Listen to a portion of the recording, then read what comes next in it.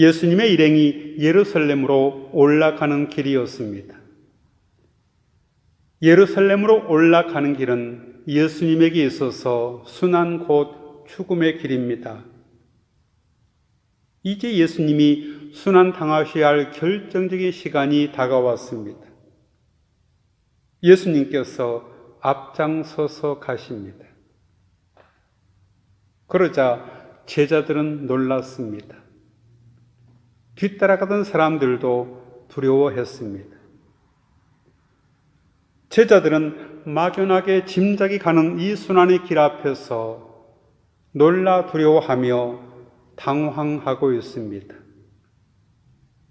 그래서 예수님께서 다시 12 제자를 따로 불러놓고 앞으로 예수님에게 어떤 일이 닥칠지 말씀해 주셨습니다. 예수님의 순환에 대한 세 번째 예고의 말씀입니다. 보아라, 우리는 지금 예루살렘으로 올라가고 있다. 인자는 배반을 당해 대제사장들과 율법 학자들에게 넘겨질 것이다. 그들은 인자를 죽이기로 결정하고 이방 사람들에게 넘겨줄 것이다. 그리고 이방 사람들은 인자를 조롱하고 침을 뱉고 채찍으로 때린 뒤 죽일 것이다. 그러나 인자는 3일 뒤에 다시 살아날 것이다. 순환에 대해 이토록 간곡하게 예고까지 하셨으면 알아들었을 법도 한데 세베대 두 아들 야고보와 요한은 예수님께 따로 다가와 속삭입니다. 선생님, 소원이 있습니다. 꼭 들어주십시오. 예수님께서 물으셨습니다. 너희에게 무엇을 해 주기를 바라느냐? 그들이 대답했습니다. 주님께서 영광을 받으실 때 하나는 주님의 우편에, 하나는 주님의 좌편에 앉게 하여 주십시오. 듣고 충격을 받을 만큼 예수님 자신에게 닥칠 암울한 고난을 자세히 알려주셨건만 야고보와 요한 형제는 예수님 말씀을 한마디도 귀담아 듣지 않았습니다. 오히려 상황의 심각성을 진지하게 감지할 능력이 결여된 채 여전히 세속적 관심에 눈이 멀어 터무니없는 요구를 합니다. 예루살렘이 가까워지니까 마음이 조급해진 것인지도 모릅니다. 주님께서 영광의 자리에 앉으실 때 저희를 하나는 주님 오른편에 하나는 왼편에 앉게 해 주십시오. 이들이 가장 좋은 자리를 원하는 것을 보면 그들은 전과 다름없이 옛 삶, 옛 목표에 완전히 사로잡혀 있습니다. 야고보와 요한은 베드로와 안드레 형제와 함께 가장 초기에 부름받은 제자들입니다. 제자들 중에서도 예수님이 가장 아꼈던 인물들입니다. 예수님이 가장 가깝게 의미롭게 느꼈던 두 사람입니다. 그런 감정을 빌미로 삼아 예수님께 지금 청탁을 드리고 있습니다. 자기들에게 유리한 고지를 선점하려는 것입니다. 예수님이 영광의 자리에 앉는다는 것은 예수님이 왕이 되신다는 것이요, 오른편, 왼편에 앉게 해달라는 것은 요즘 말로 하면 내각의 최고 지위인 수상이나 국무총리 정도의 자리를 차지하게 해달라는 것입니다. 권력을 줄 수 있는 백지수표를 끊어달라고 요구하고 있습니다. 예수님은 섬세한 감성을 지니신 분이시지만 입장이 정말 딱합니다. 난처한 입장입니다. 그들의 무분별한 요구에 경악하신 예수님, 아니 화가 치밀어 올랐을지도 모릅니다. 그러나 사랑하는 제자들인지라 가혹하게 사탄아 물러가라고 야단치지는 않으십니다. 꽤 점잖게 타이르십니다. 너희는 지금 무엇을 구하고 있는지 모르고 있구나. 너희는 내가 마시는 잔을 마실 수 있느냐? 그리고 내가 받는 세례를 받을 수 있느냐? 예수님은 몸소 죄에 빠진 인간이 마셔야 할 진노의 잔을 마시려고 하십니다. 그리고 인간들이 죄에 대한 벌로 받아야 마땅한 고난의 강물 속으로 빠지려고 하십니다. 그들이 순진하게 쉽게 대답했습니다. 예, 우리는 할 수 있습니다. 호세를 떱니다. 예수님께서 그들에게 말씀하셨습니다. 내가 마시는 잔을 너희가 마시고 내가 받는 세례를 너희가 받을 것이다. 제자로의 부름은 필연적으로 십자가를 짊어지는 부름이기도 합니다. 이것이 제자의 길이고 과제이며 사명입니다. 제자들은 예수님의 속죄 사역인 고난과 죽음, 곧 하나님과 인간 사이에 화해 사역에 개입해야 합니다.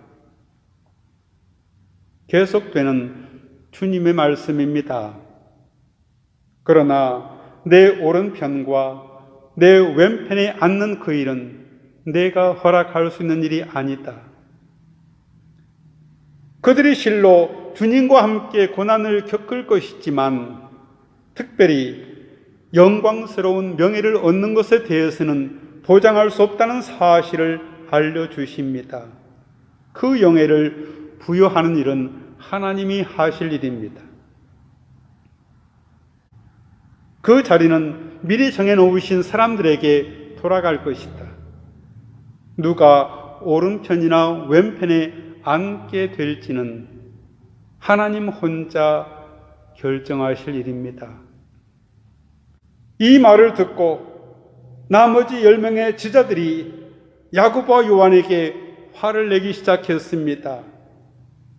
놀랄 것도 없이 다른 10 제자는 영의 자리를 찾아가는 자신들의 길에 야고보와 요한이 방해하며 끼어든 것에 분개합니다. 너희들만 좋은 자리를 차지하려고 그래? 세베대의 2 아들과 나머지 10 제자 사이에 격렬한 투쟁이 벌어졌습니다. 여전히 질투와 세속적 경쟁심에 사로잡혀 있는 제자상을 보여줍니다. 예수님의 제자들의 실상이 폭로되고 있습니다. 인간이 사는 세상의 모습이 다 이러합니다. 본문은 인간 세상의 보편적 양상을 그리고 있습니다. 서로 모이를 먼저 쪼으려고 달려드는 닭처럼 자리다툼을 벌이고 있는 제자들의 계속된 시도는 그들이 아직도 하나님 나라의 본질이나 그들의 소명의 성격을 제대로 파악하지 못했다는 증거입니다. 그래서 이렇게 지저분한 감투 싸움이 벌어지는 상황에서 예수님께서 12 제자 모두를 곁에 불러놓고 말씀하셨습니다. 너희가 아는 것처럼 이방 사람들의 통치자라는 사람들은 백성들을 마구 내리누르고 지배하려고 한다. 고관들은 백성들에게 세도를 부린다. 이것은 이방인들의 지배 규칙입니다.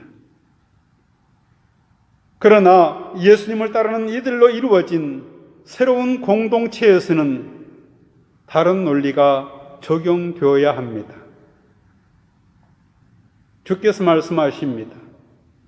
그러나 너희는 그렇게 해서는 안 된다. 오히려 너희 중에 누구든지 크고자 하는 자는 너희를 섬기는 자가 되고, 너희 중에 누구든지 으뜸이 되고자 하는 자는 모든 사람의 종이 되어야 한다. 예수님을 따르는 자가 된다는 것은 이 세상의 권력 욕망을 포기하고 그분의 종됨의 소명에 동참하는 것을 의미합니다. 예수님은 다시 한번 모든 가치의 전도를 증언하십니다. 여기서 섬기는 사람이라는 첫 번째 표현은 디아코노스인데, 이것은 타인의 식사를 시중 드는 사람을 가리킵니다. 모든 사람의 종이라는 두 번째 표현은 둘로스인데, 이는 노예를 의미합니다. 권리나 자유를 빼앗겨 남에게 부림받는 사람입니다. 디아코노스보다 훨씬 더 비천한 계급의 사람입니다. 새로 도래하는 하나님 나라의 으뜸가는 덕성은 남을 지배하여 복종시키는 힘인 권세가 아닙니다. 하나님 나라의 덕성은 오직 섬김입니다. 서로가 서로를 섬기고 서로가 서로에게 종이 되는 겸양이요 낮춤입니다. 타인에 대한 배려와 봉사입니다. 예수님께서 가르치시고자 하신 것은 섬김과 자기 희생과 헌신입니다. 이제 예수님은 예루살렘에 올라가시는 진짜 의미와 목적을 재차 설명하십니다. 최종적으로 예수님은 선포하십니다. 인자도 역시 섬김을 받으러 온 것이 아니라 섬기러 왔고, 많은 사람을 구원하기 위해 치를 몸값으로 대속물로 자기 목숨을 내어주려 왔다. 이 말씀에는 모든 인간들을 변화시키는 새 창조의 가장 심오한 비밀이 암시되어 있습니다.